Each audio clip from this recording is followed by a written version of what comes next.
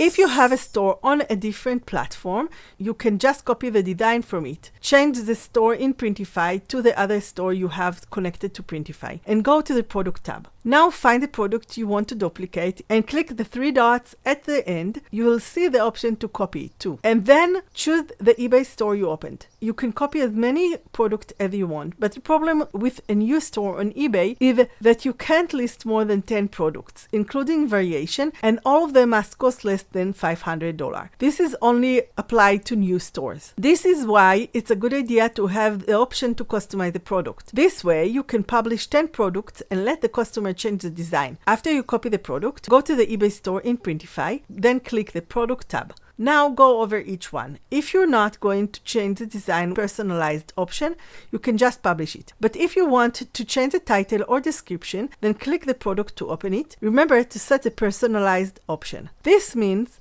that whenever someone buys the product, Printify will not print it and send it until you manually approve it with the changes you made for that buyer. After publishing the product, I realized clicking the European regulation button on Printify description was a bad idea. It adds an address to the description, which violates eBay rules. If your product isn't accepted by eBay, try removing the address or any other identifying information like URLs or phone numbers. That should allow you to publish it. Want to know how to publish your product effectively and build your brand? Watch the full video course now. Like and subscribe, and I'll see you next time.